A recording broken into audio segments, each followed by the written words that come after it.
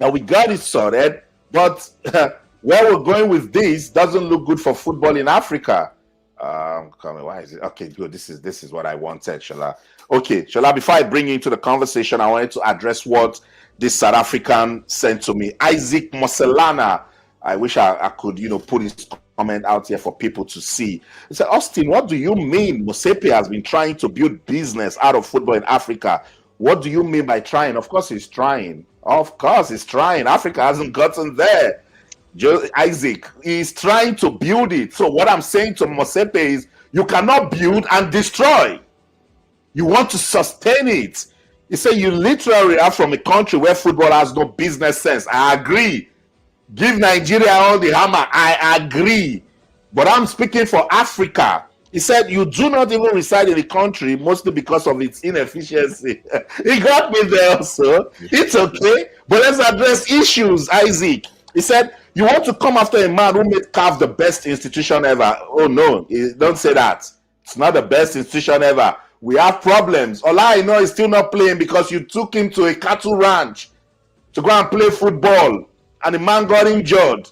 And he's going to be out of football for almost 3 months. And that isn't good for his football. Wilfred Ndidi got injured. 2 South African players got injured. That is not good institution.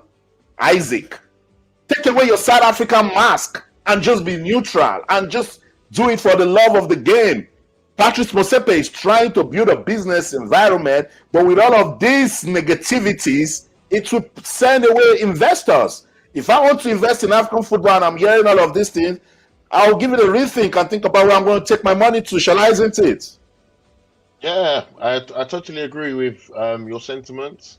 I think after the last CAF, where the revenue for that CAF in Ivory Coast was a record, that was a good foundation for the CAF chairman to set a good example. So appointing these referees, it looks very, very suspicious.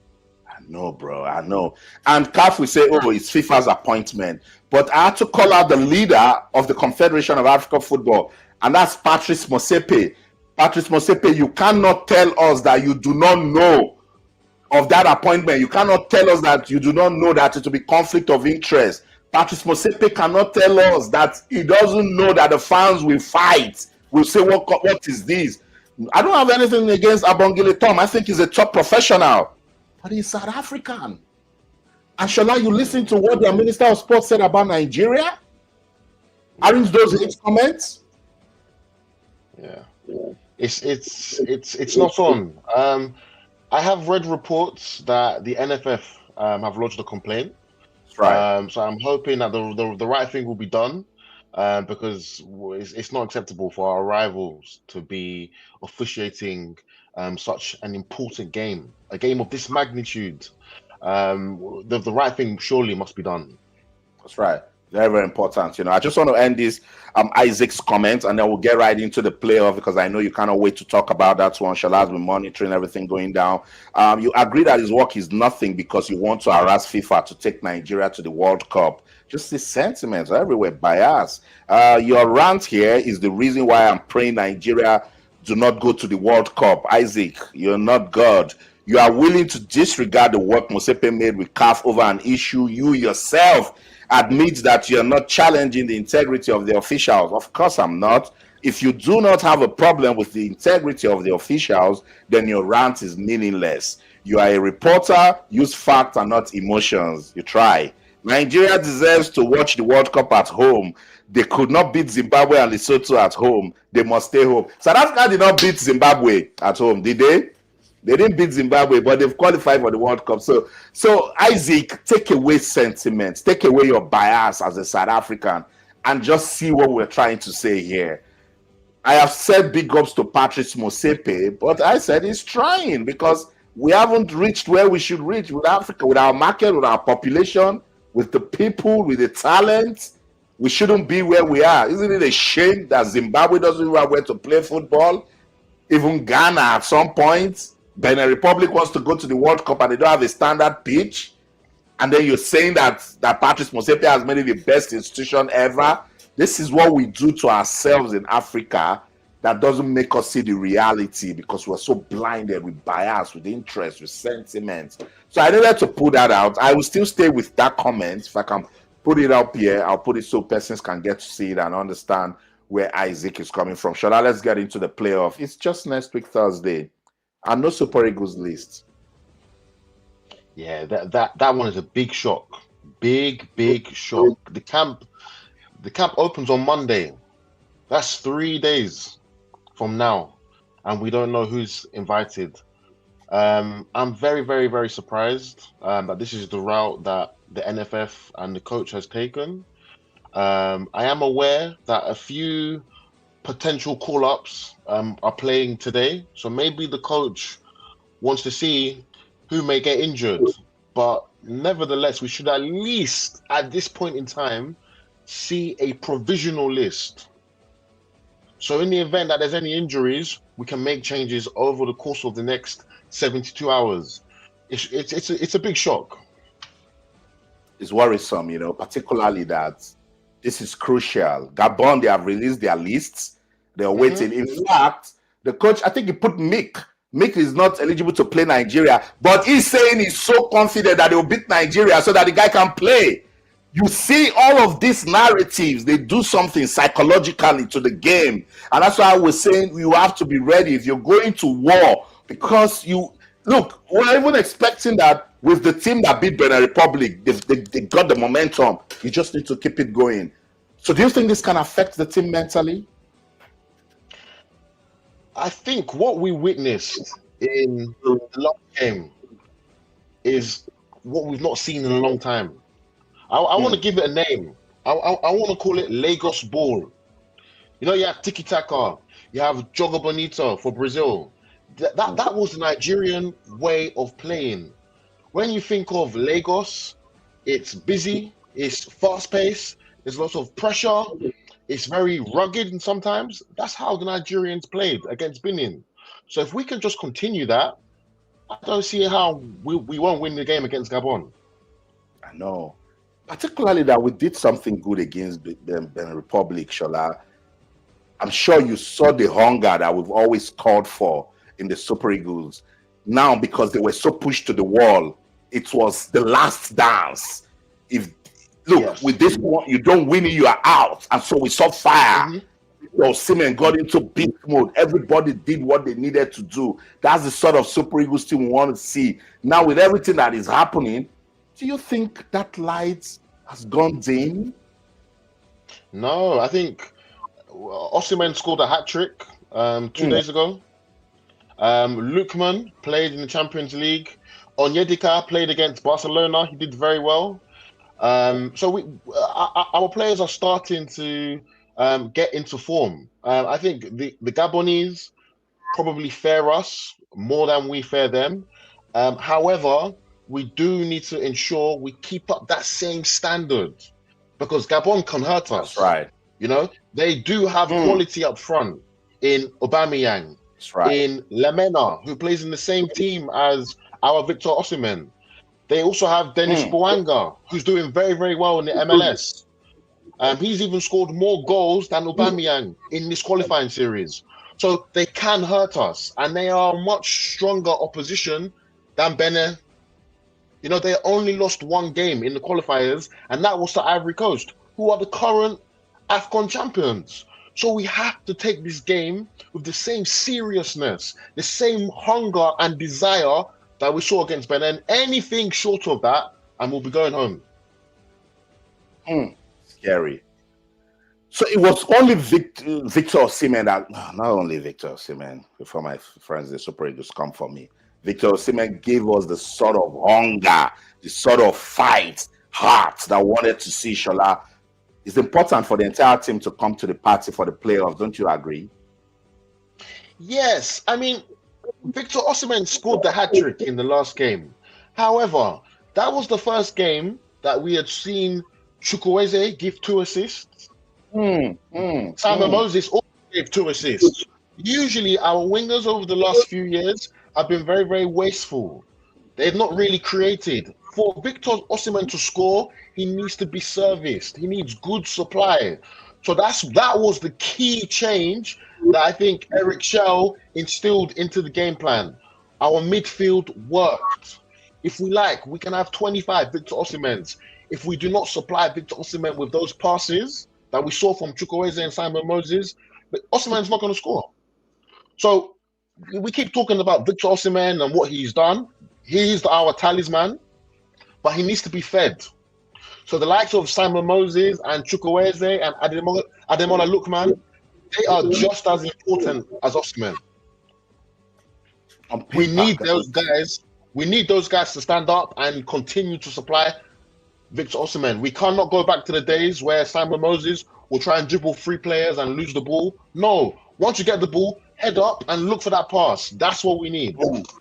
I agree. It was efficient. The midfield did the low block so well. Everybody showed us what we've been calling for, Shola, and that's what I want to see against Gabon.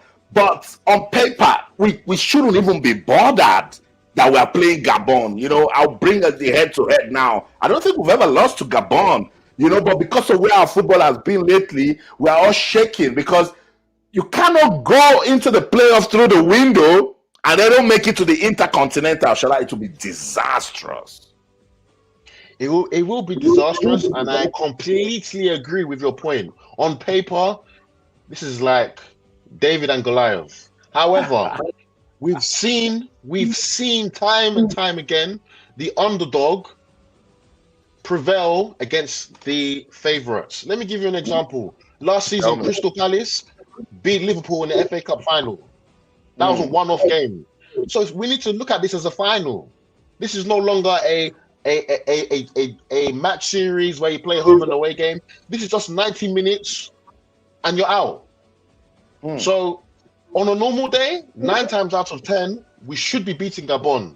But because this is a final in itself, it's much more closer than it should be on paper. It's as crucial as anything. It's the game of their lives, Shola, because look, I don't know what will become of Nigeria football if at the end of everything this team don't make it to the World Cup. By the way, we missed out of the 2022 edition in Qatar. I was right there at the World Cup and it was such a boring experience for me because Nigeria wasn't there. So Shola, if we look at Eric Shell and his coaching team, are they beginning to get into the team? Does he know this team now? Yes, I think we've seen a gradual improvement of the Super Eagles over the last 12 months. Hats off to Eric Shell. From what he took compared to where we are now, we've seen an improvement. You know, he hasn't lost a game. Before Eric Shell took over the Super Eagles, we were struggling. We were second from bottom. So we have seen a gradual improvement. One thing I must praise him for is that he's no longer looking at big names. The likes of Benjamin Fredericks playing in Belgium, hasn't even played for Brentford yet, and he's starting. He's benching the captain. That's what we need to keep the hunger in the squad, to keep the hunger in the team. Even this man, Tolu, that's in Wolves. Eric Shell drafted him into the squad when he was still in Belgium. So we're starting to see Eric Shell's plans to to blood in fresh talent, and that's what we've been asking for. Those days of big man football where people felt as if their shirts and their position was guaranteed, I think that's behind us now. You know, there's been rumors of the young guy at Pisa in Serie A, Akin Samiro. You know, that's another guy, another young 20-year-old central midfielder, very, very talented. You know, got an assist against AC Milan last week. Before, we weren't calling up these young guys that were hungry. We kept looking for the established Premier League stars. And I think Eric Shell doing things this way is what's driving the hunger. But Shola, we must be careful. Unless you're bringing someone into the team who's just going to come in and start giving you that result. You want to bring someone into the team who is probably a game changer.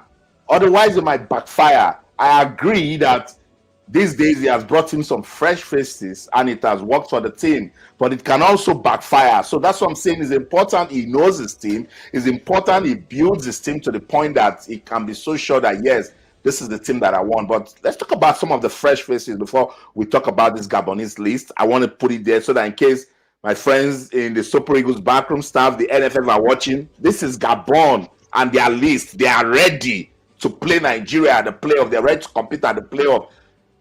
Benjamin Fredericks, how much has he impressed you? That boy is going straight to the top. Earlier today, I was watching the replay of the match against Jamaica, the Unity Cup. That's right. And his technical ability on the ball is amazing. He is good enough to play for a top 6 club in the Premier League. That's what I've seen. We will build our defense around him. You know, there were some conversations about, you know, asking some foreign-based professionals with dual citizenship to switch allegiances to Nigeria. But because we have Benjamin Fredericks, I don't even mind. We shouldn't be begging these defenders when we have the likes of Benjamin Fredericks. This guy is going straight to the top. He's very, very good, and I won't be surprised if Brentford call him back for the Premier League next season. He's that good. My only concern is I don't see him as a right back.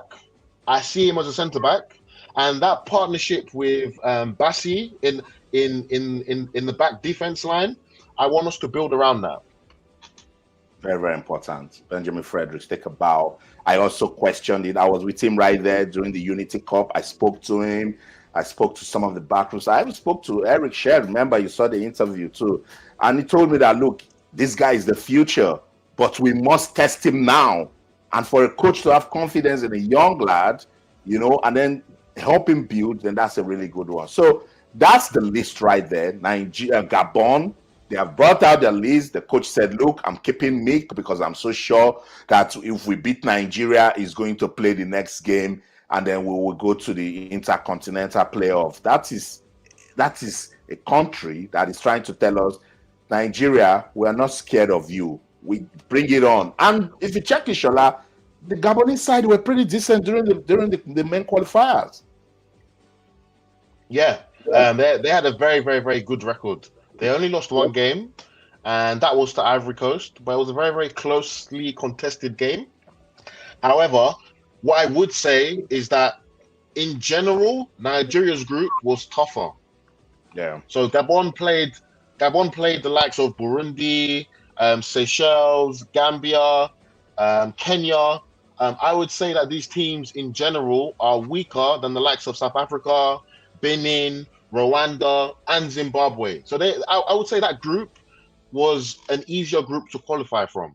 However, the fight they put up against Ivory Coast was very, very, very impressive.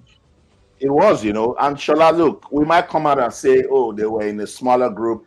We felt the same way when the draw was done. Let's be sincere, before the qualifier started. How many persons were worried about Benin? How many persons were worried about Lesotho, Rwanda, Zimbabwe to come against Nigeria? Even South Africa and all the noise they are making today. Back home, we say Nasi finish. We brought it upon ourselves. No, Nasi finish now. That we are talking football now, and South Africa is raising shoulders with Nigeria because we're not building, because we lack structures. And that was why when Isaac was giving me the knocks, I took them with my full chest. So those are some of the things we need to learn. Like Gambia, I will not laugh over Gambia because I know the grassroots work that Zambia is doing and they're building. You get what I'm saying? So at this point, it's difficult for us to now come out and say, team is small. Go ask Ghana about Comoros. Today, Cape Verde. Shola, Cape Verde has qualified for the World Cup. You're right.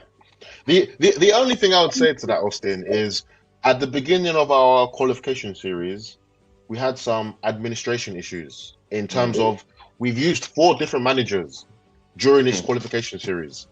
That's not healthy for any team, let alone a country of the size and magnitude of Nigeria. I honestly believe if we had this coach from the first qualifying match, we would have finished the group top first place.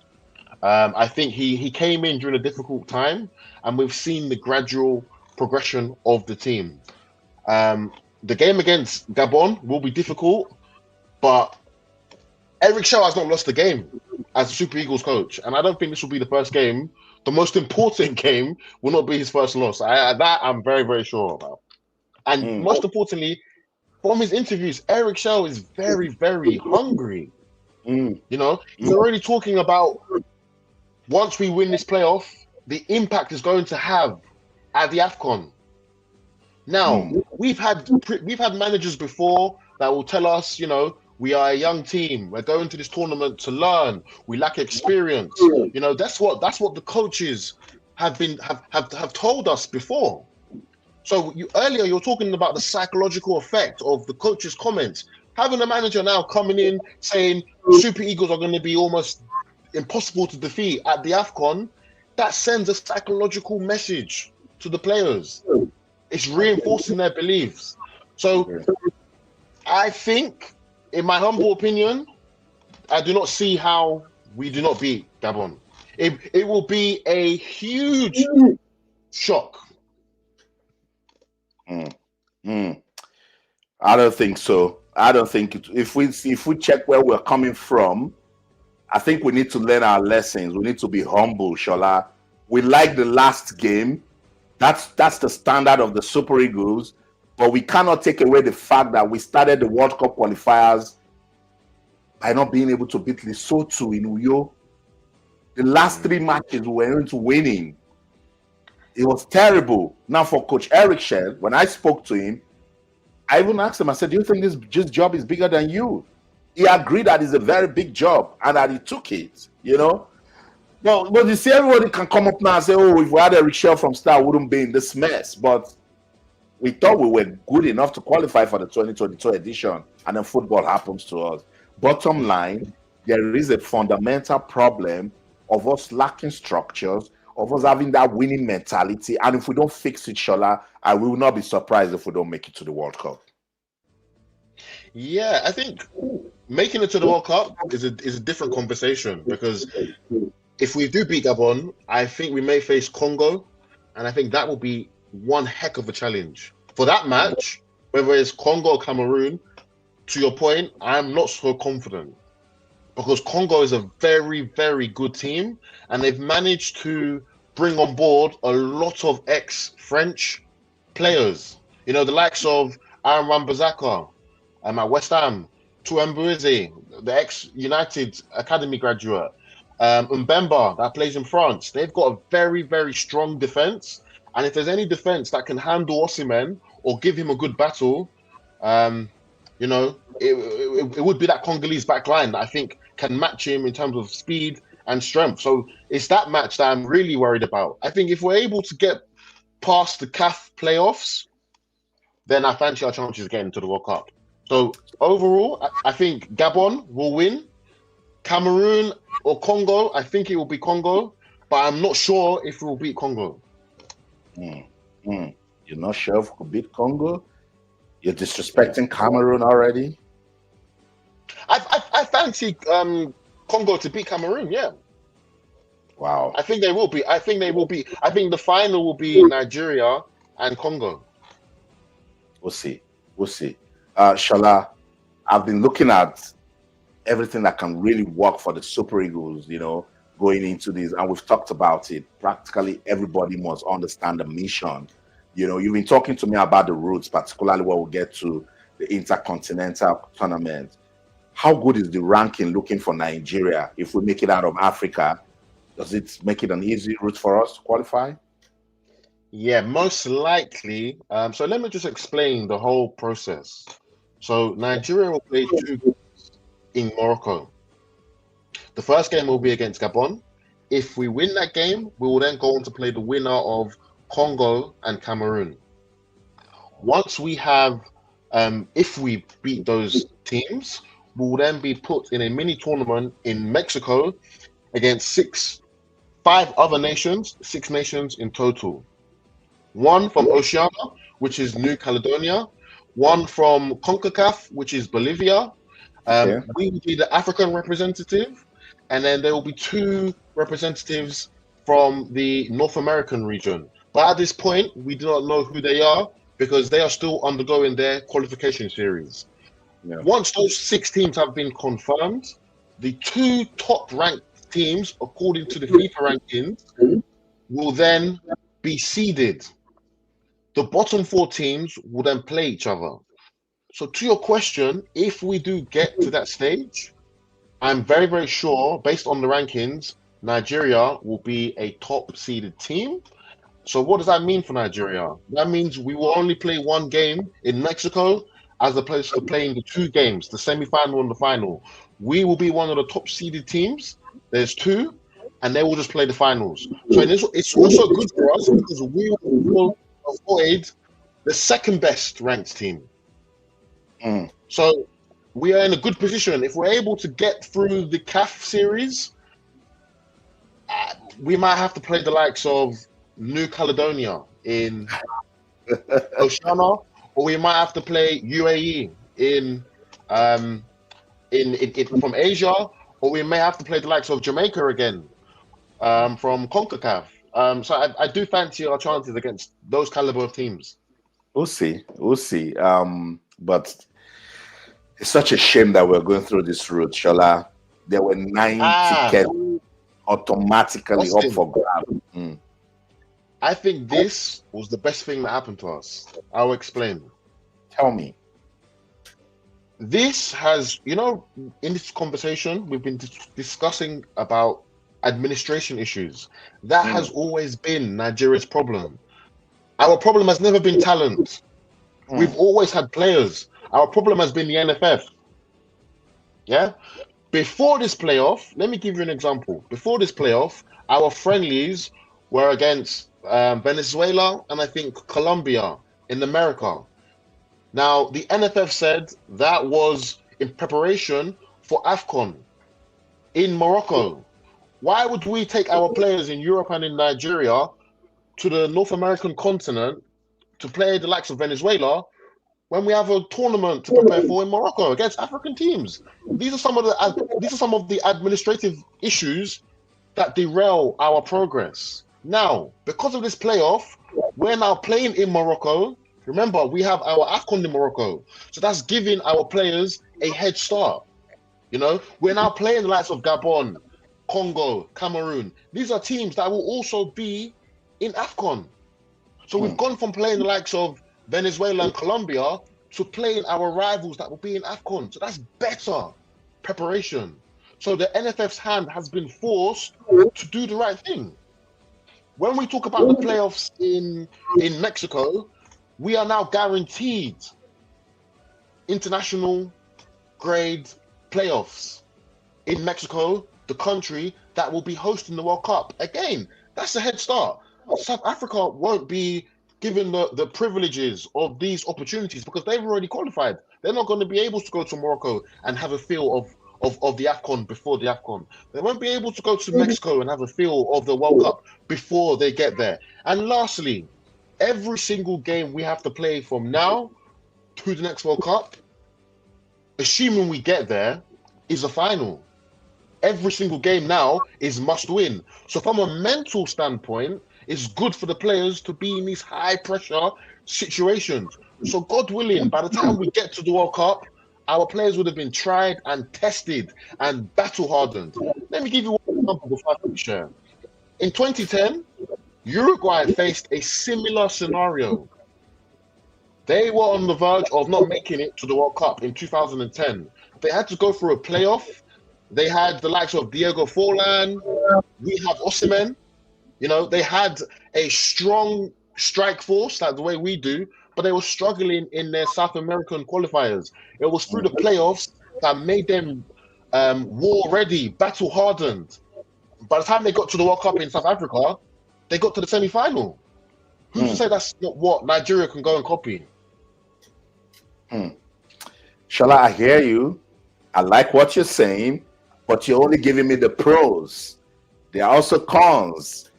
There might be fatigue, injury, So we want to go to the AFCON. We were so close to winning it the last time. So Nigeria, we want to win the AFCON this time around. And you know our officials, they love those handshakes from Aso Rock that will come with benefits, and that's why they're always thinking long term. But let's just take some messages and then we'll go into Nigeria Gabon, the head to head. I want the people to see it. AY feeling the great. I like what you said. If we had Eric right after Pizarro left, we wouldn't be in this mess. Shola agrees with you. Let's see. I think I have my South African people watching now. Welcome. Tabisotomotomo. I hope I did more than that. Said, brother, South Africa is far better than Nigeria. You're stuck in 1994. My brother, I do not blame you. It's not your fault, It's not your fault. Your entire squad, Victor Osimhen and Ademola Lookman will buy it. Your entire Bafana squad, So I don't blame you. Yeah, you have the bragging rights now. We're not stuck in 1994. In 1998, we had a good team. In 2000, we had a good team. In 2002, we weren't bad. We won the AFCON in 2013. When did you win it last? South Africa. When did you qualify for the World Cup last? So this is what I was saying, that South Africa, I like that you have qualified for the World Cup, but be humble. Be humble. And FIFA is now looking into some talks about match fixing. So you haven't even reached the World Cup first. So calm down, South Africa. Calm down, So don't come here and make it look like, because of what is going on with Nigeria, South Africa is now okay. Same guy. I don't know. It says Super Eagles can't even make 3 passes. You were lucky to win Lesotho. You can't even build from the back. You compare yourself to SA. You only have the physicality against us. As for football, forget. I feel like just saying goodbye, everybody. I go to sleep. What are you talking about? Doshala, what is he talking about? Nigeria, South Africa. You see what we've caused for ourselves? I don't blame him. I mean, they're going to the World Cup. So he's going to bed happy. They booked their ticket to America. We're still struggling, so. So you talk about Nigeria. You forgot that when South Africa really needed to win the most against Zimbabwe in Durban, they couldn't. They needed that win. If they had won that game, they would carry pressure into the final qualifying game. But it is what it is. They have the bragging rights now. So Tabi, I agree. Go to bed happy. Whatever makes you sleep well this night, I think you've earned it. It's all good. But Nigeria, South Africa, no disrespect, please, please, please. Let's do it for the love of the game. AY, you're making a lot of sense. Thank you so much. You said that Rochelle took a difficult job with over 250 million coaches. Yes, is delivering. Of course, it's imperative we start having important structures. I agree, but the times aren't the same too. We need to consider that. At the time Eric Shell took the job and all. So Shala, this is the head-to-head. When you look at it, is it done and dusted for Nigeria? No, until the final whistle is blown, it's not done and dusted. But I expect us to win this game. I don't see us losing this game. It's unfathomable in my brain. I can't see it. No. They've never beaten us before, and I don't think in such a crucial match this will become the first time that they beat us. I doubt it. But hey, this is football where anything can happen. We can't afford to be complacent. They just need to go out there, and get the job done. So, but I just wanted persons to say this is the head-to-head. Nothing to worry about. So Nigeria starts messing up tomorrow now. Gabon now comes out and say that they are better than Nigeria in football. Look at South Africa. 6 years ago, we were playing South Africa. We carry canes into the field and just beat them on the street. We call South Africa our wives in football, But now they are talking and they are making us feel like we're on the same level with football. It's all good. Austin, is it true that FIFA is investigating South Africa versus Rwanda last month? Yeah, words on the street, but nothing to confirm yet. And with match fixing, it's a very delicate, sensitive, conversation. So everybody that I've reached to their lips sealed, because you don't want to make it look like you're the one throwing out false allegations out there.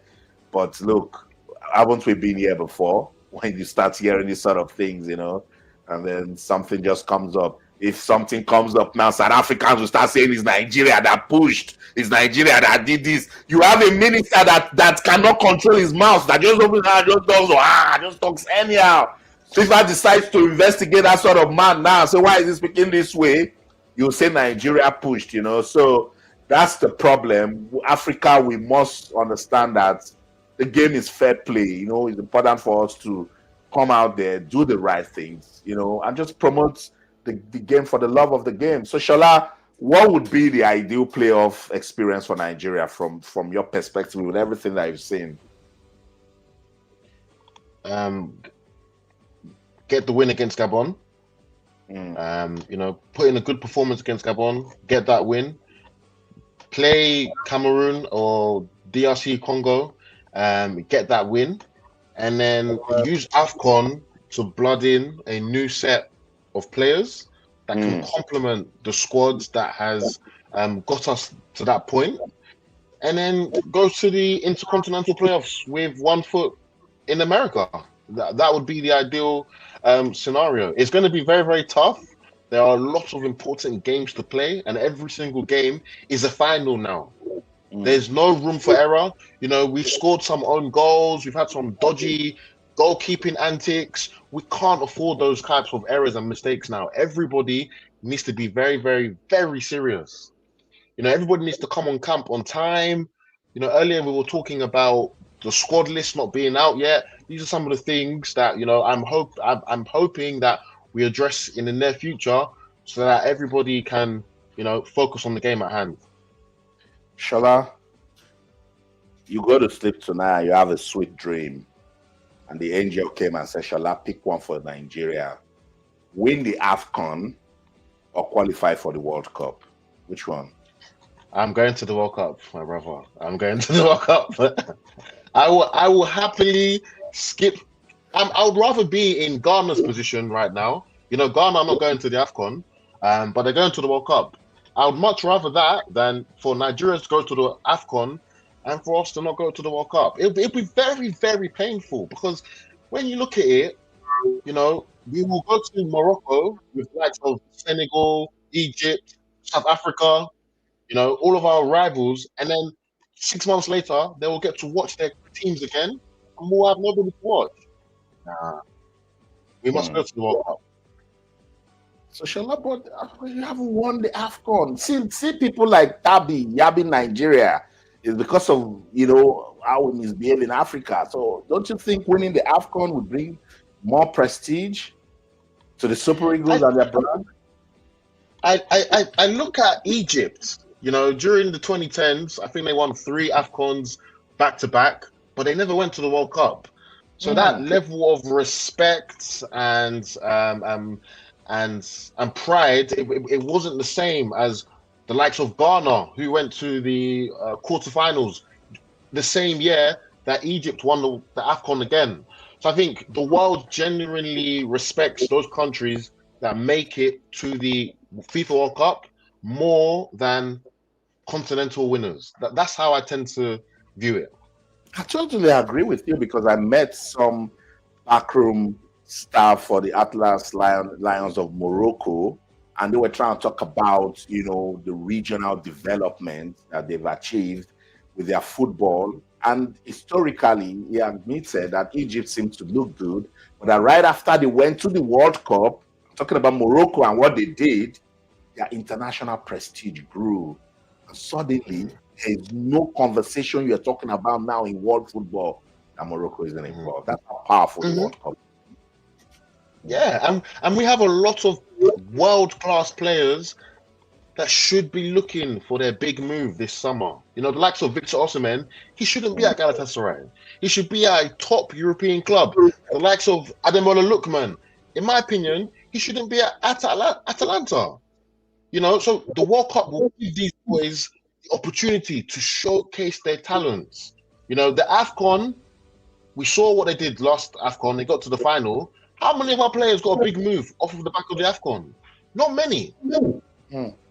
If they go to the World Cup in America, where all the scouts, all of the agents, the whole world will be watching, our boys will get those big transfers. The likes of Victor Osimhen, he will leave Turkey. You will see him in La Liga. You will see him in EPL. It's because he's not been given the opportunity to showcase his talents on the international stage. And that was the effect of missing the last World Cup at Qatar. You know, you look at those Ghanaian players, the likes of Kudos, you know, he's at Tottenham now. The likes of the Senegalese players, they're all at big clubs right now. Because when you go to the World Cup, it gives you that opportunity to showcase your talent. They won't say, oh, Victor Osimhen can only do it in Africa. They will say he's done it against the likes of Spain, the likes of Brazil, the likes of England. We need to see those boys against the best in the world.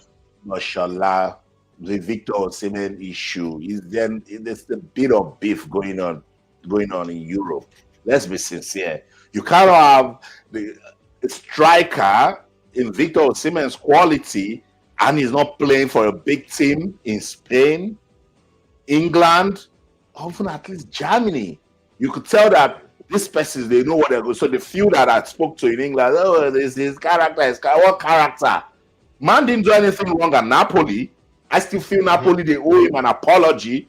Just look at what they are doing at Ademola Lookman now. It's same old game. And that's why we should call out these people. Don't you think so? Yeah, I totally agree. And the good thing about Victor Osimhen is that in the Champions League today, he's currently the top goal scorer. So if he continues this trajectory, if he continues his form, and we get to the World Cup and he performs, then the big club will come in for him. You look at the likes of Chelsea, they bought João Pedro, they bought Delap. Can you honestly tell me, Austin, that those types of players are better than Osimhen? They're not. No way. They're not. They're not. You look at those types of players that Tottenham Hotspur bought in the summer. Are all of those players better than Ademola Lookman? They're not. So, yeah, but no, I'm not taking away the fact that I believe there's beef going on somewhere. I believe somebody has read negative reports and the judge just want, well, look, this is business. You need to take the risk. Someone signed Cantona. Someone signed Ivan Campos.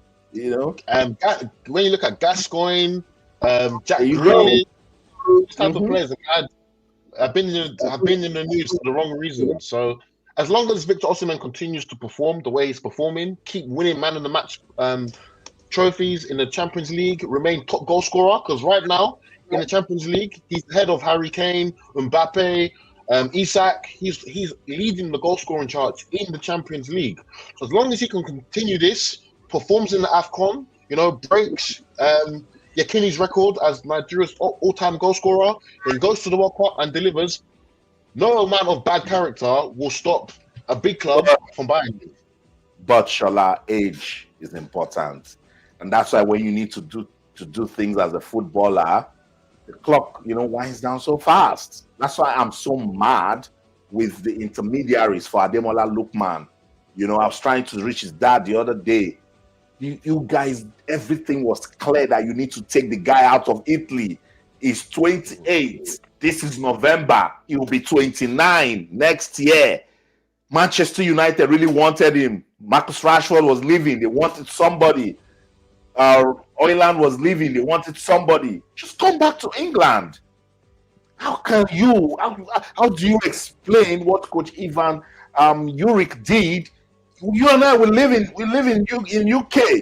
We know Europe and the laws. Assault is not a joke. When you put your hands on someone, you have called the police on yourself. How can a coach on that? Goodness. How can he do that? It's complete disrespect, Shola. Very, very, very disrespectful. Very disrespectful. It's safe to say that relationship may never be the same after that. Yeah. There's a possibility. So I think it is in Lookman's best interest to make the move. But at 28, he still has one more big move in him. You know, he can still get another 4-year contract. But it's possible. But that's why I'm saying this summer is huge.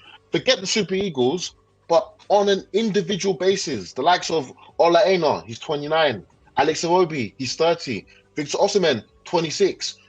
Simon Moses, 28. Ndidi, 29. So that generation of Super Eagles players, this might be their last major tournament for the Super Eagles. That's right. So on a personal level, it's almost a do or die affair for them, because some of these players like Victor Osimhen and Ademola Lookman, despite winning African Player of the Year, have never been to the World Cup before. Yeah. So this needs to happen for their own personal careers. Forget the fact that we're fans. I agree. I totally agree. But I just know that with Victor Osimhen, there is a beef story somewhere that they're not coming to say it. I do not see how, if I'm football director in any of the top leagues, the big four, that I will not be breaking the bank to sign Victor Osimhen. Somebody somewhere is just listening to, and you know these agents and this football, they're all in one WhatsApp group.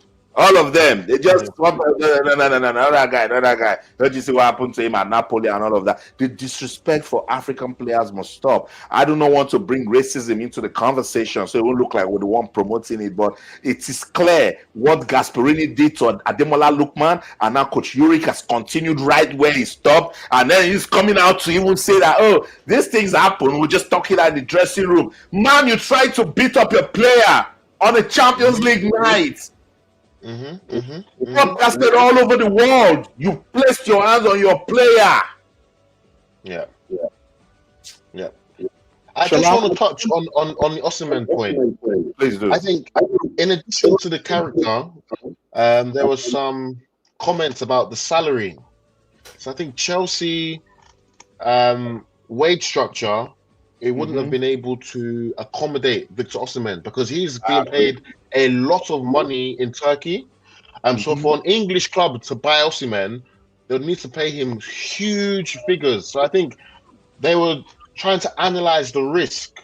But I think this season, he's been able to prove to them that he's worth the money. So it will be interesting to see how these big clubs go about it next year. I understand Chelsea's wage structure now, and I think all the clubs in Europe, they are beginning to see that that's the way to go. Look at how Manchester United got stuck with paying Rashford so much, even when he wasn't playing. Yeah. Now, instead of them to give you that big wage, that big pay, they will say, okay, we'll put it into clauses, but your sign-on won't be as huge as it used to be. So you come in, you perform, and we improve it.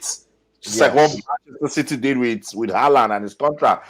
But we understand that football can be funny. They give you a small contract with small pay, you come and you now don't perform, and it will affect where you're going to next. So forget that this thing is business. It's like, I want to leave where I'm working now to the next place. I want to get a better salary, but because I started off small and I didn't perform here, so who is going to take me on a big scale? It's difficult, So I think that's just the problem, and this thing will affect African players because we know they move for the big money, particularly when they don't have age on their side. Shola, what does this say to us, particularly to the leadership, to the administrators of football in Nigeria? Because we can see it now that we're not moving with the world. Yeah, and I think our guest from South Africa will like this comment I'm about to make. But the rest of the continent need to look at what South Africa and Morocco are doing. Yeah, South African players, if you look at their squad, they're not interested in going to Europe. They keep everything in their local league. They've been able to develop it. So we're not seeing reports of South African players being blackballed or being abused by their coaches because they're in their homeland. So that is something that, the NFF, the NSC, the Nigerian government, and other African countries, we need to look inwards about how we can continue to develop our leagues, provide good infrastructure. The other day, we saw the tweet from FIFA about the $1.2 million stadium that was made in Kebbi State that looked like an absolute, I don't even know what that looked like. So these are some of the things that, we need to look at internally, how we can develop our game. That will stop the disrespect. Because as you mentioned earlier, today, Morocco is considered a top footballing nation. That's right. And I think they've only won maybe one or two AFCONs. I think they've only won one AFCON before, max two. So even in the African continent, they're not considered giants of Africa, but because of how their government and their administrators have managed the Moroccan Atlas Lions brand and what they've done in the last World Cup, they have the respect. So it'll be very difficult for these European clubs today to come and bully Moroccan players. They wouldn't do it now because the Moroccan football team has that respect. Does the Nigerian football team have that respect? That's the question we need to be asking ourselves. We do not have that respect, you know. But look, Shola, I know talents can't do it all. We need to, you know, get up and do something different. And everything rises and falls on leadership. So we need to really hold these guys accountable. So tomorrow I want to bring the contractor for one of the FIFA Go projects, the one in Warri. So for those of you watching, it's going to be an exclusive on this channel. I want to hear from him. Did you get $1.2 million? What's the scope of the project? What is the Nigerian Football Federation doing? FIFA said they paid to a consultant. Did you deal with that consultant? Because, you know, in Nigeria, the more you look, the less you see. And whether or not they like it, we need to call them out.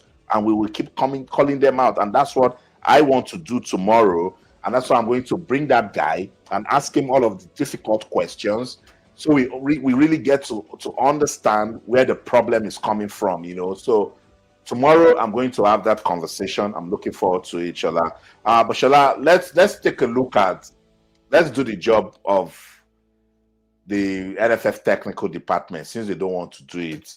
Let's look at the possible list of players that should be invited for this crucial playoff. You know, I'm coming. I know we know some of the names already, but I just want us to, you know, just see particularly some of the names that you've been talking about. And Shola, have you noticed that lately we struggle to have midfielders coming to the team, particularly central midfielders? Why is that so, Shola? For the talents that we have in abundance in Nigeria, why can't we have midfielders, creative midfielders? So this is something that I've been thinking about, and I came to the conclusion that in Nigeria, we export certain positions more. So the type of positions I'm talking about are strikers and wingers. We have that in abundance because that's what the European market wants from African players.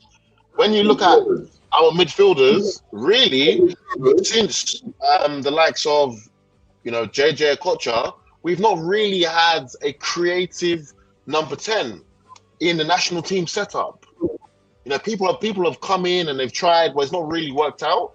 And I think it's because our domestic game is more focused on exporting certain types of players. So we will always have strikers. We will always have an Osimhen, Igalo, Emenike, you know, the list of strikers, Yakubu, Agahoa, Martins, Kanu. We will always have strikers because that's what the Europeans want from us.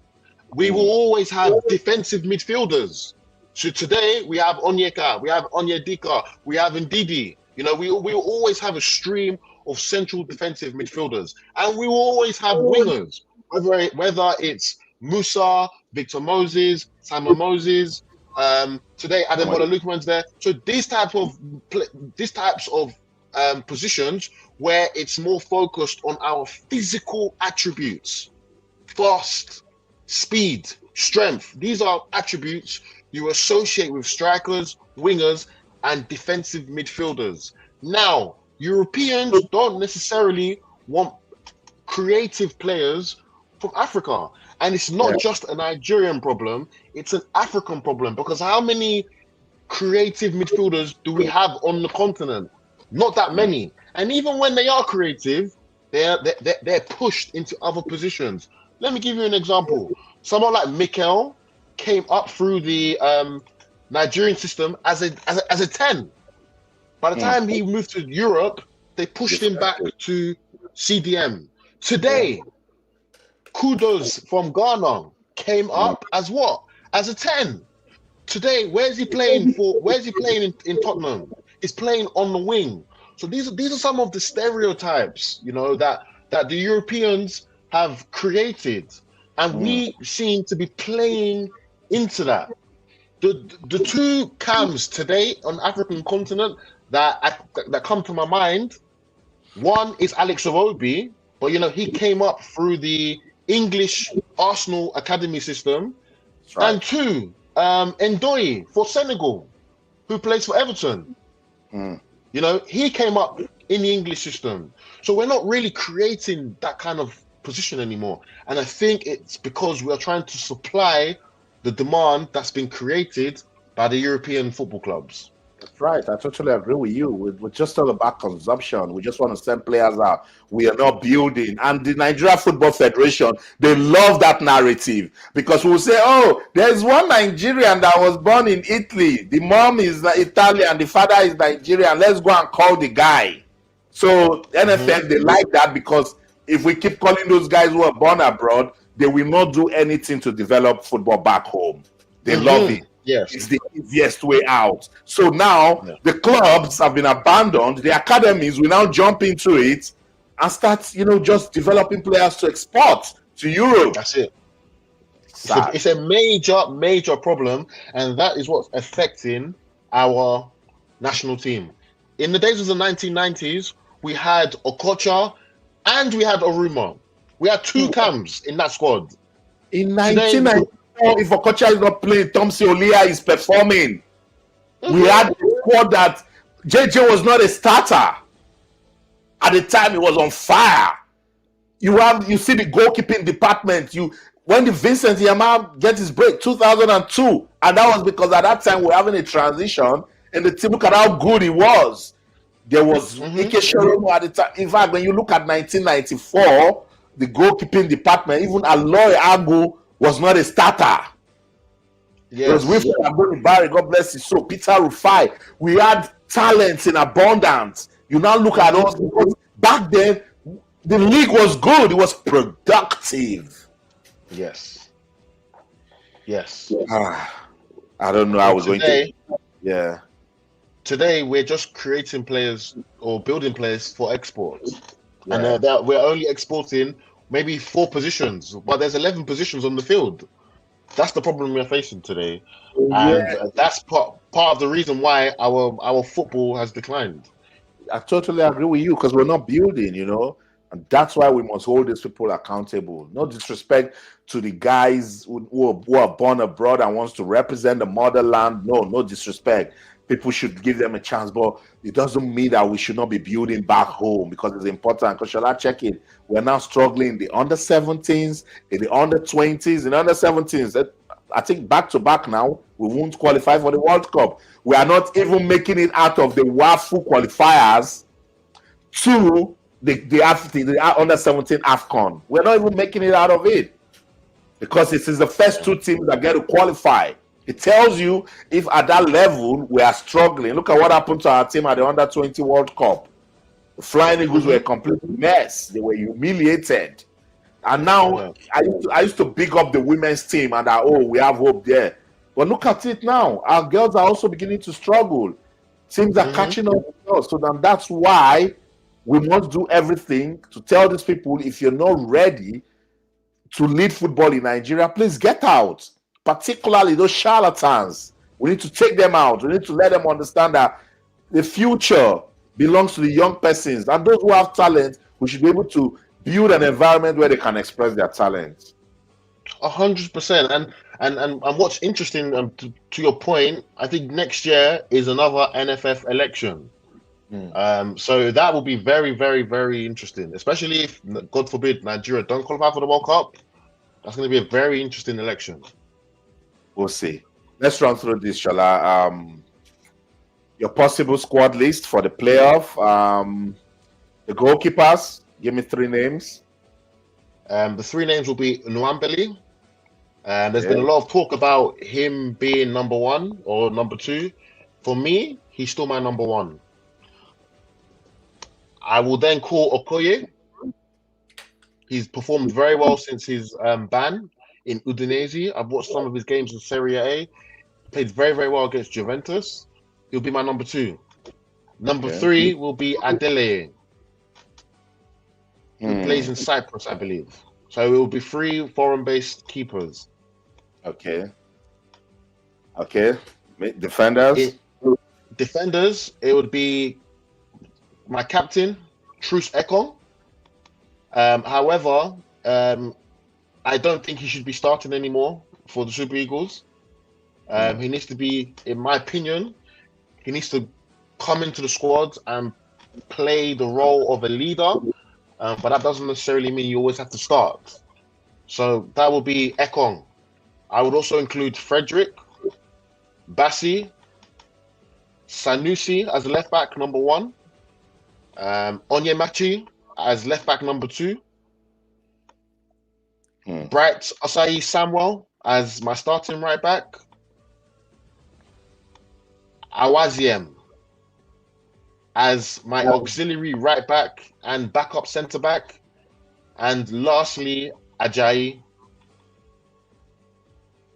Wow. Did you call Fredericks? He was the second person I called. Okay, I missed that name. So Zaidu Sanusi does have a place in your team?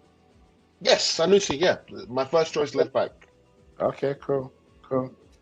I think that's all we have, actually. But why would you put Awaziem in the team if he hasn't really played with this team? This season, he's performed very, very well in Ligue 1 in France for Nantes. He's been arguably their best player. And, this is a mid-level French team. So we don't have many centre-backs playing at a higher standard of football right now. It probably only is Bassi, if I'm being honest with you. The other centre-backs, such as Ekong, is playing in Saudi Arabia. Frederick is playing in Belgium. Ajayi is playing in Championship.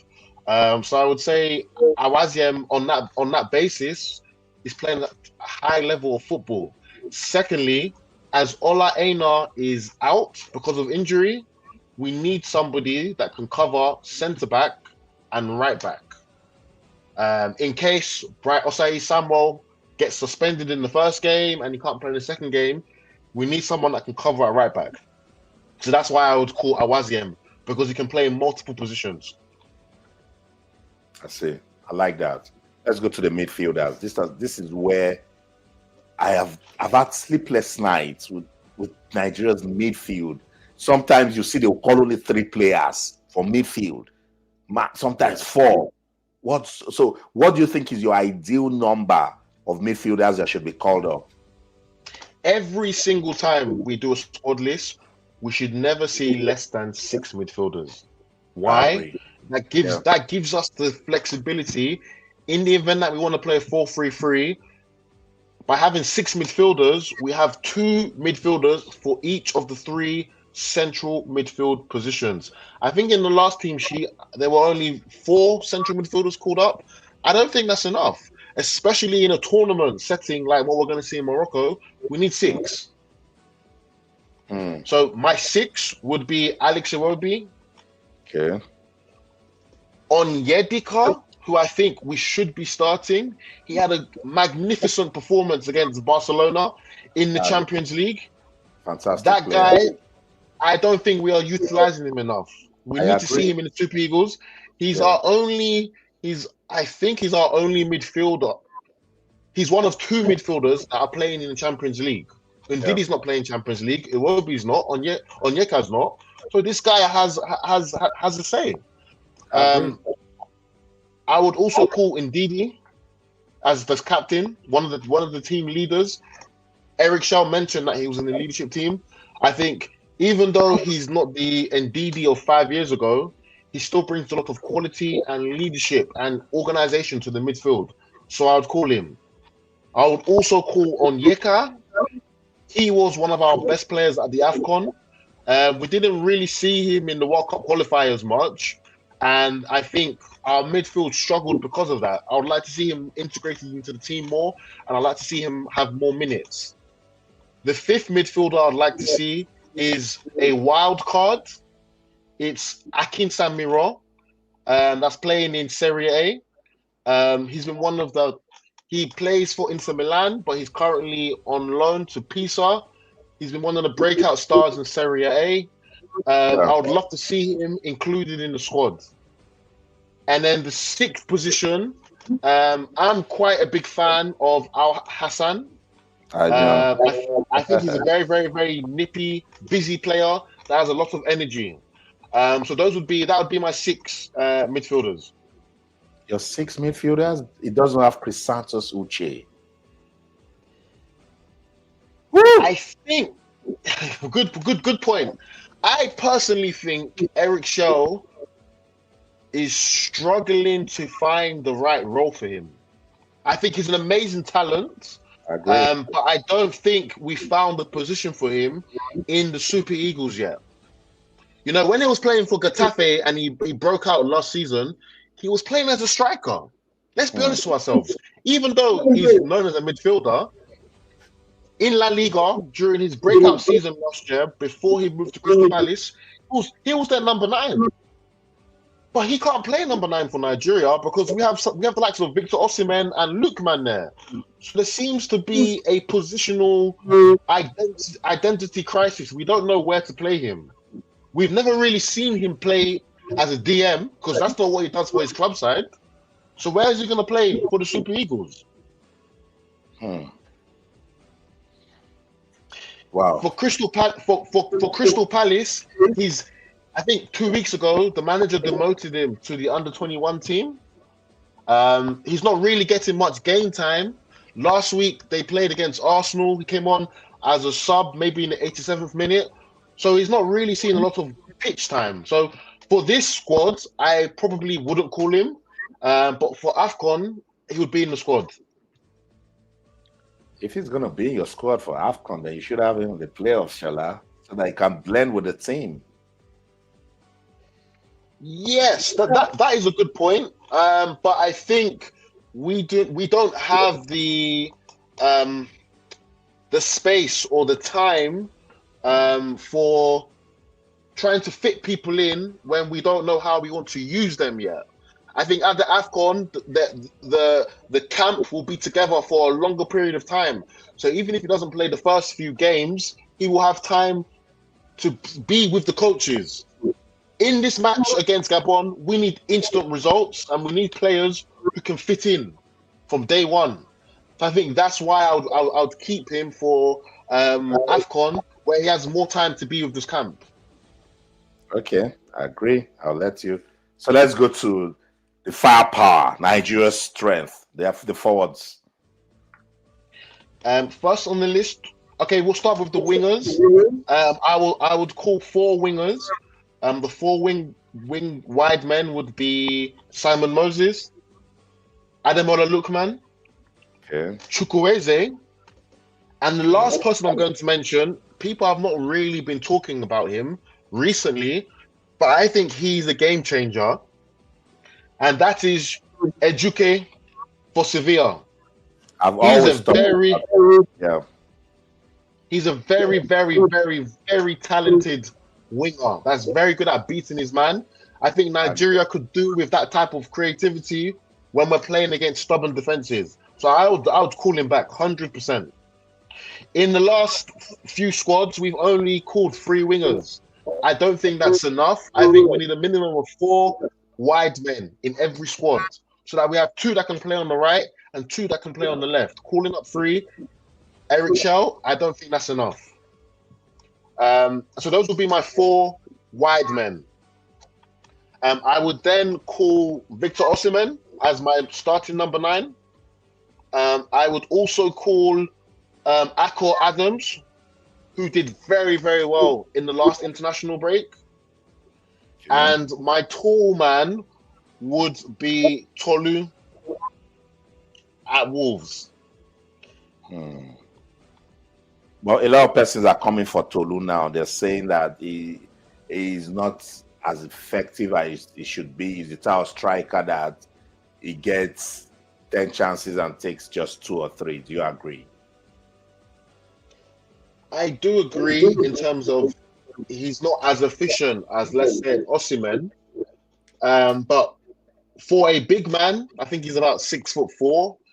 He's very, very mobile. So even though he may not necessarily always capitalize and score, we need strikers that are mobile. The other tall player in Turkey, I've forgotten his name now.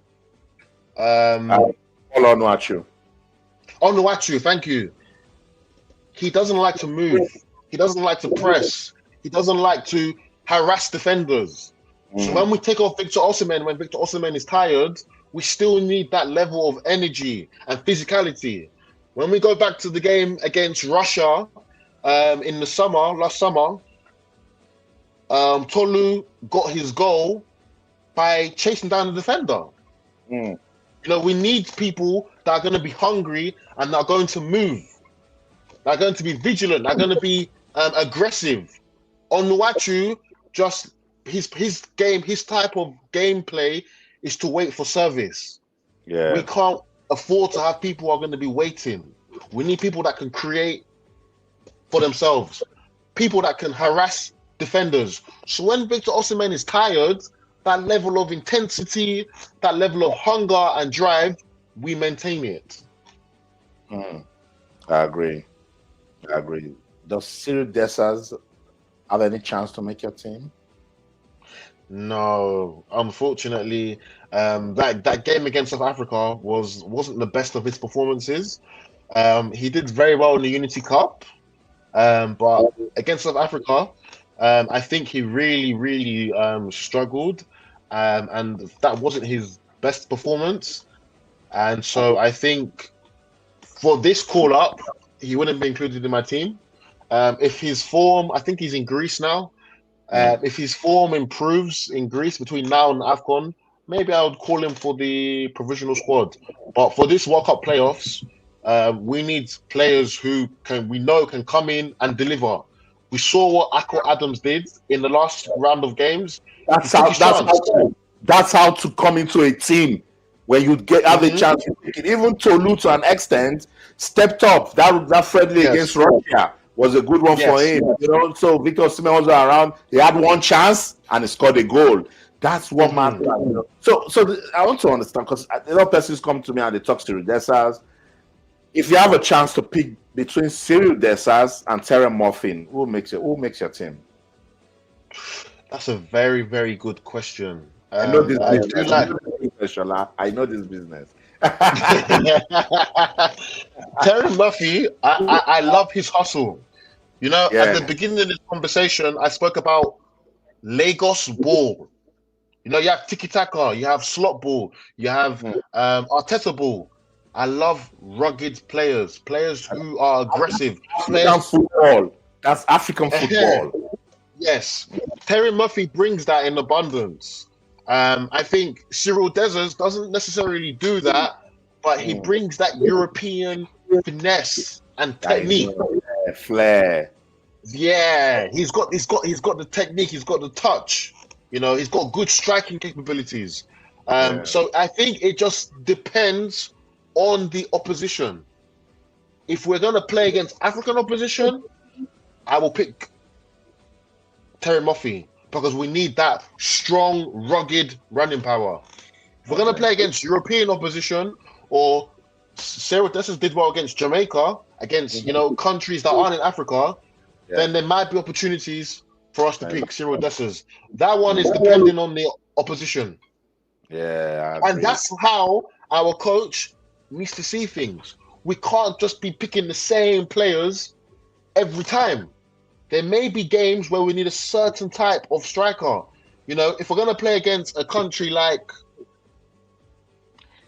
Gambia, where we know they're just going to defend and they're not going to come out and play, then Onuachu is your type of striker. That kind of player that can do something in the box. Just give him service, give him crosses. But if we're going to play against, I don't know, a Senegal who aren't just going to defend and they're going to attack, in that kind of game, we don't need Onuachu. So for Eric Shell, I would like to see variation in his call-ups based on the opposition we're going to play. But Oshola, our football is in a state of emergency. Now it's just to get the result. Anybody that can give you the result, you take it. But I seem to like your list. I think I like your list, particularly with emphasis on the midfielders, because you need to let them understand that that's the heart of football. That is where everything happens, and that's why sometimes when I go hard on Alex Iwobi, and I want you to make me understand, persons make it look like, oh, Austin, you're not just being fair on the guys, how they told him to play. Alex Iwobi has the ability to rove and get creative, and he does that with Fulham. Why doesn't he give us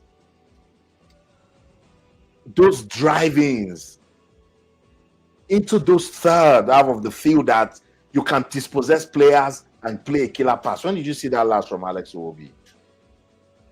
Great point, Austin. Great point. I think what we need to look at when we're analysing Iwobi is, where is he playing for Fulham? When he plays for Fulham, he's playing on the left wing.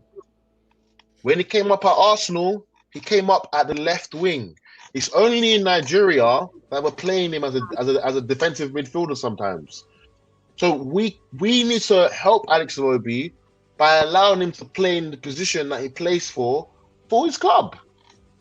You know, I don't think it's fair for him to be judged on his Fulham performances when for Fulham he's playing as a winger, and then for Nigeria we're playing him so deep in his own half, he doesn't have time to be creative because he's chasing, he's trying to tackle. How is he going to be able to play those kind of killer balls when he's not in the right position to do that? So I think it's more of a tactical issue with Alex Iwobi. But Shola, it's debatable, and I'll tell you why. I don't think a coach will just come out and tell a creative player play deep. He might tell you go deep to pick the pass and then do your drive. I have seen Alex Iwobi go to left back to pick a ball in Fulham. I've seen Alex Iwobi go to right back. So they don't even know how to follow him. Because if you think about following him, that's your point. He will dispossess you. And he runs in a way that will make you think he doesn't run. Well, I'm just saying that we want to, don't you think we deserve to see that same level of work rates in the Super Eagles? That's just what I'm saying. Well, what is wrong? Could it be the playing surface? Could it be the condition in Africa? I haven't just seen it. The best we used to see of these. Can't you remember Alex Iwobi when we're trying to qualify for the World Cup in 2018? Isn't that the kind of Alex Iwobi you want to see again? Yes. Now, when we that's great. That's a great point. When we look at that team that Raw had, he wasn't playing Iwobi in DM. Iwobi only started playing in DM for Nigeria when Pesero took over. Prior to that, Raw had him as a 10 or as a left winger. And that's when we saw the best of Iwobi in Nigerian colours. Since then, he's been deep. And I think that's affecting his game. You know, he needs to be further up the pitch. We don't want our most creative player chasing balls, trying to win headers, trying to slide tackle. That's not Alex Iwobi's game. But we seem to put that expectation on him. And I think, and this is a very, very good segment to my next point, the reason why we're forced to play Alex Iwobi so deep is because our defensive midfielders lack the technical ability to take the ball from the centre-backs and dictate play.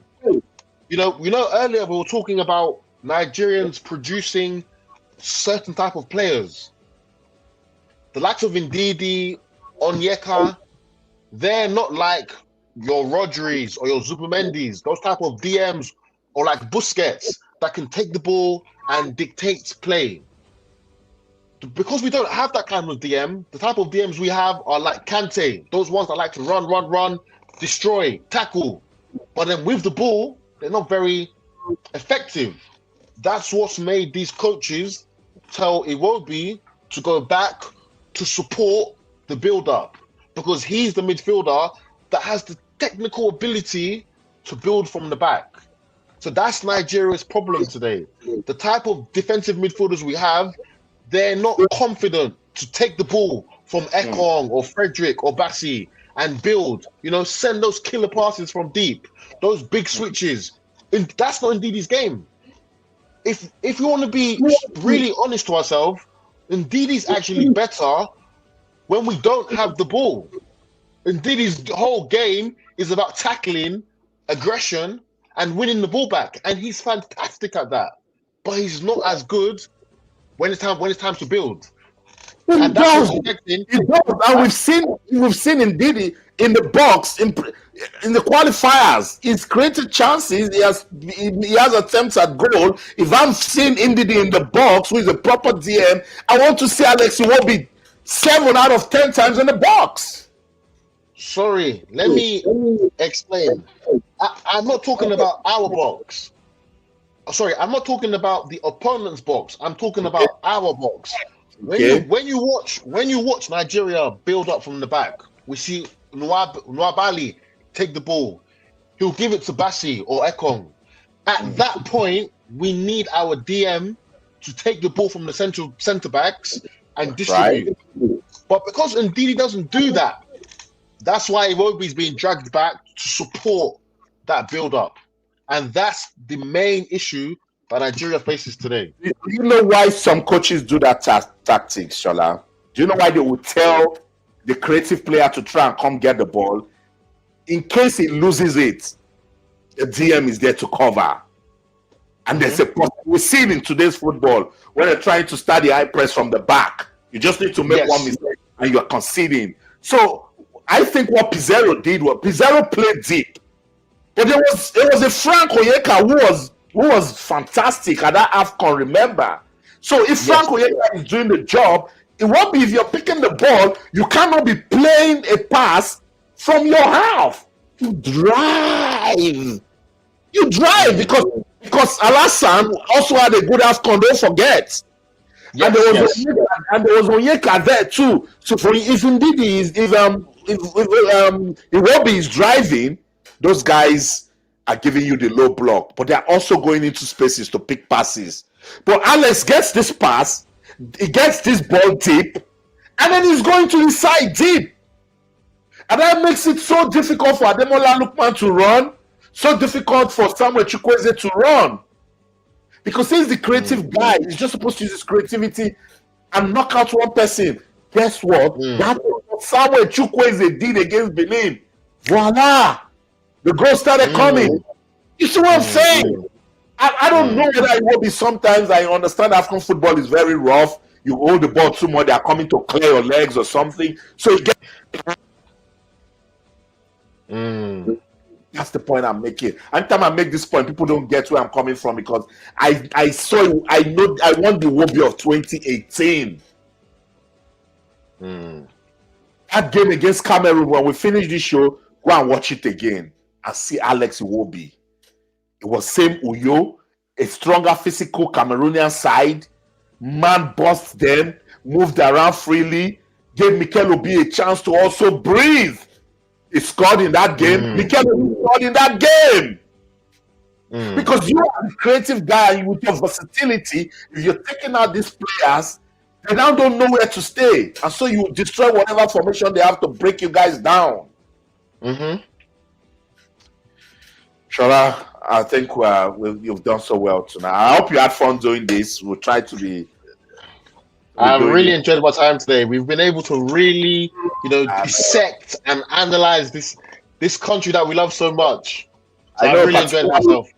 Thank you, Shola. Particularly with football, that binds us together. That's why we will not let these persons to destroy the beautiful game that keeps us together as one. So yeah. What we'll do next is we'll wait for them to release the list, and then we'll come talk about it. I'm sure by Monday or Tuesday we'll get the list. So my source in the NFF help me make sense of it. Told me that it's strategic, that because it's a playoff and the other teams will be watching and all, so they are also trying to see what's going on before they release the list. Does that make any sense? I mean, if I'm sure they have a plan behind it, it doesn't make any sense to me. But I hope it works. I know, because it's the same set of players. You're as good as your last game. Whoever wants to play Nigeria, Gabon, will go and watch our last game against Benin Republic, and that game we were rampant. So if they want to come, they will just play negative football and make sure that they frustrate us, that we're not able to move as fluid as we did against Benin. And trust Super Eagles. Once you frustrate Super Eagles and they don't play the kind of football that they want to play, they go and concede. And when they concede, check the qualifiers. Every time they conceded a goal, they will just try to only score one more and then they will draw the game.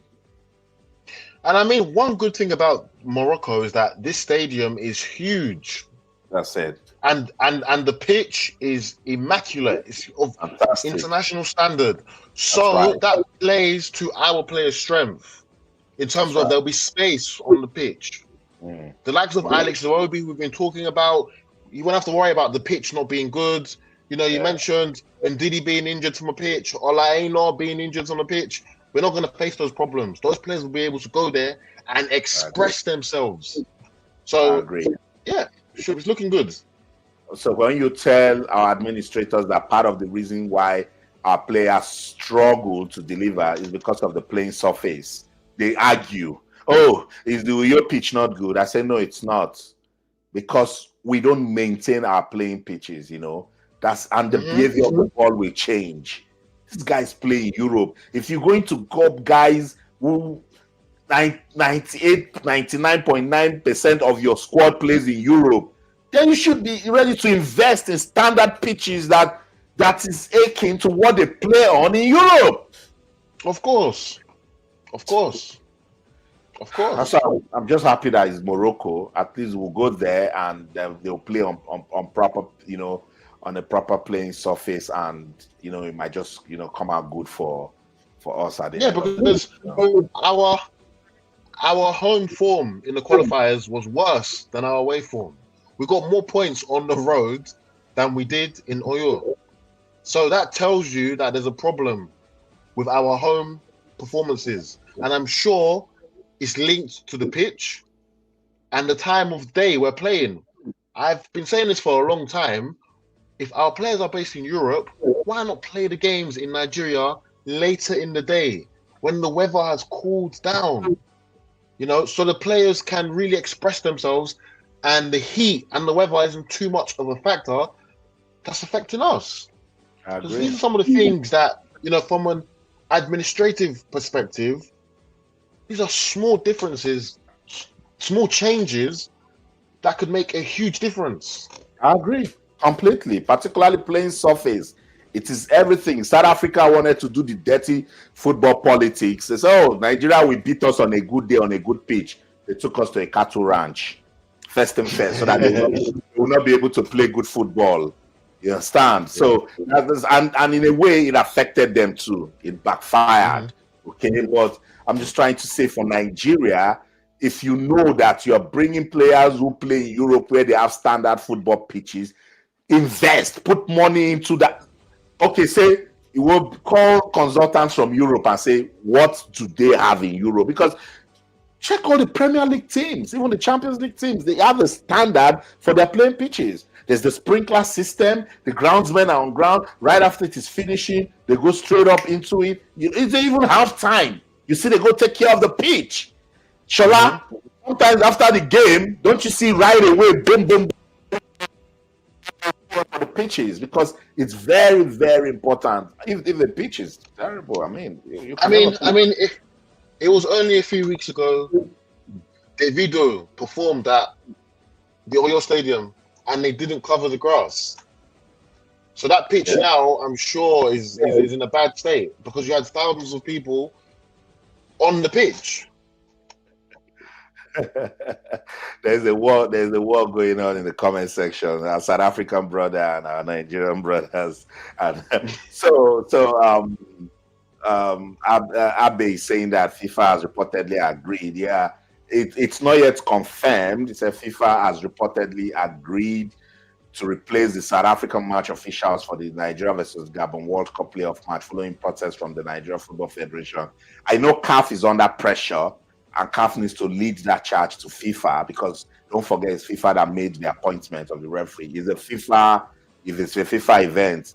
So, yes, I know, but we're waiting for an official confirmation that they have taken off the South African officials. We do not want South African officials to officiate a crucial playoff match between Nigeria and Gabon after everything that has happened between Nigeria and South Africa. So thanks so much, Abe Sidor, for that comment. I like it.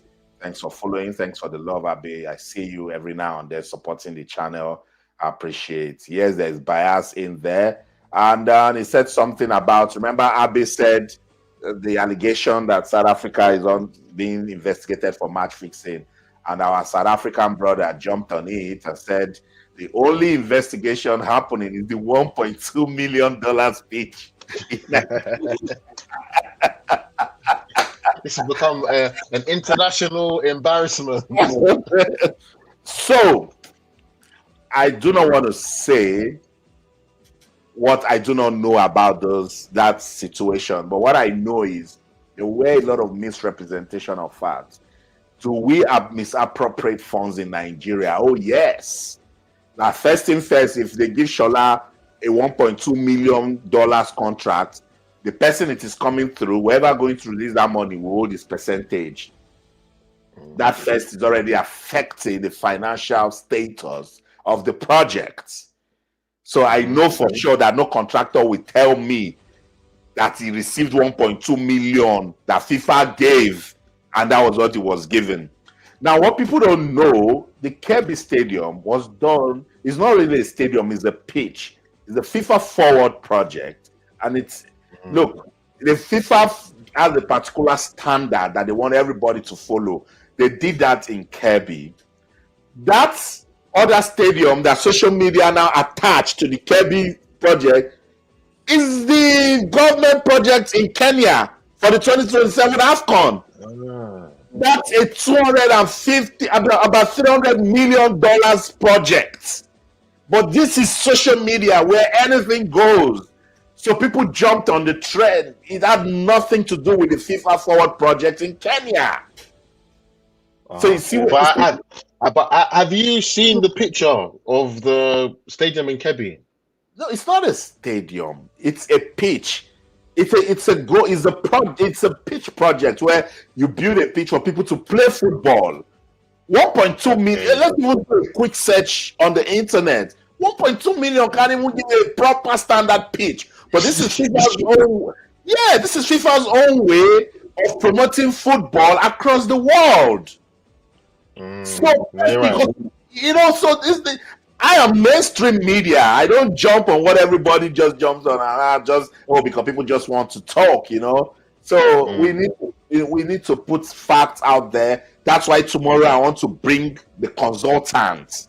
The man, there are two projects. The FIFA 2.0 project. There is to do a pitch in Kirby and one in Delta in a remote area called Ugorodo. I went there. First thing, you will travel by boat for 15 minutes. It's river line. Yes. I traveled by boat for 15 minutes, and then we walked on swammy, bushy paths to get to that place for 35 minutes. When the boat drops you, you will now walk. So first thing first, the location for the project was faulty. So that is the one I want to address, because that project has been abandoned because the contractor now said 1.2 million cannot do it because of its location. Kirby's pitch is on upland. This one is riverline. So people don't know these things, but whatever drops on social media these days, everything goes. So that's the problem. Yeah. I'm not NFF spokesman. I'm not FIFA spokesperson. I'm just a guy who just knows what I know. By virtue of just give me a minute. By virtue of speaking to some of these guys. So it's important we put it out there. But I want to bring the persons who are in charge. Let them come talk about it. Shola, let me let you go have some rest. You will be back again, right? I've really enjoyed this. Yeah. Particularly when the list is out, we'll just break it down. I've written down your list. Let's see how many of your players will get in there, and then we will come talk about it. Thanks so much, Shola Edegbele, for your time. Big ups. Thank you so much for having me. I'll speak to you soon. All right. So that's it. So guys, thank you for engaging. We've been here for, I think I had the tech issues again. Tomorrow, I pray I do not have that tech issue. Shout out to my guys on TikTok. I see you guys, TikTok guys. Pump up the likes. Shout out to my guys on YouTube. You guys have rocked with me. I know it's almost midnight in the UK. It's midnight in Nigeria. I see a lot of my American subscribers popping in because they're active right now. where they are. I hope you had fun. This is the Fun Factory. Don't forget, I'm proudly Austin.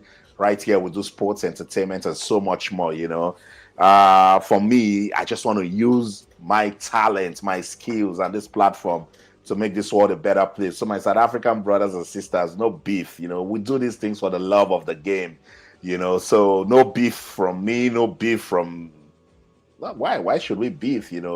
Let's just have fun. Yes, and that's what I'm trying to do with this platform. So shout out to everyone that has joined. If you haven't subscribed to the channel, please do. I will be back again tomorrow. By the time I get hold of this thing and understand how it is to link all of the platforms, I promise I'm going to do it. So in the meantime, I'm just all over the place with different platforms. Unfortunately, I can't interact with my guys on TikTok. I'm sorry. I will try to see what I can do as regards that. Thank you so much to everyone that's interacted with this. Abesidov, I see you. Akposa, Ekpe, Bako. I hope I did more than that. Thank you so much, for the love.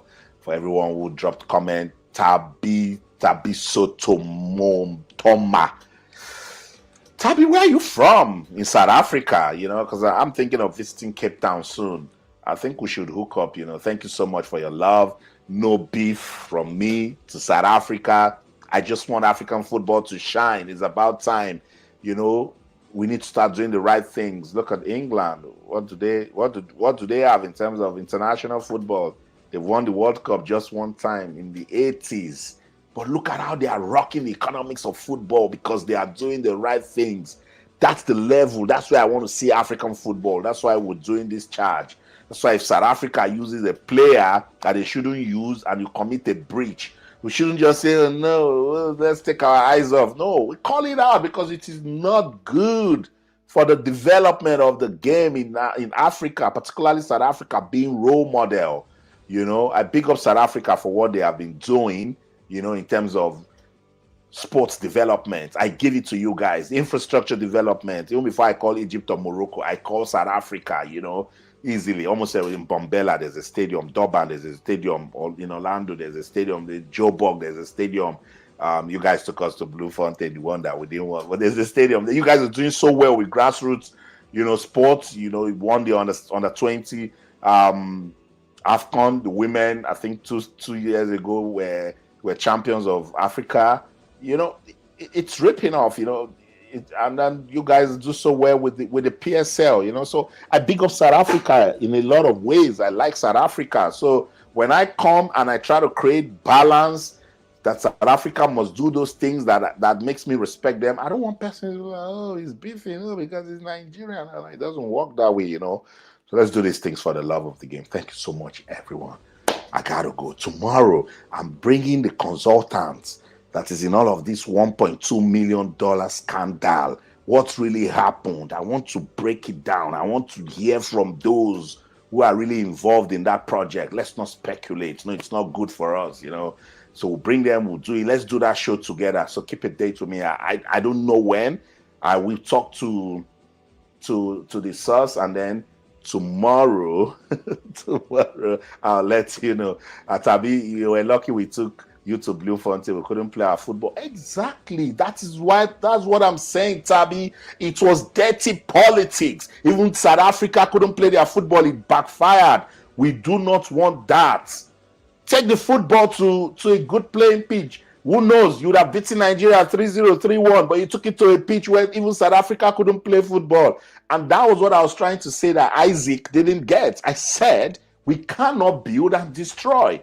Patrice Motsepe, you're trying to build a football business environment in Africa. That sort of game should sell African football. And then you played a rugby match 2 days before a big football match on the same pitch.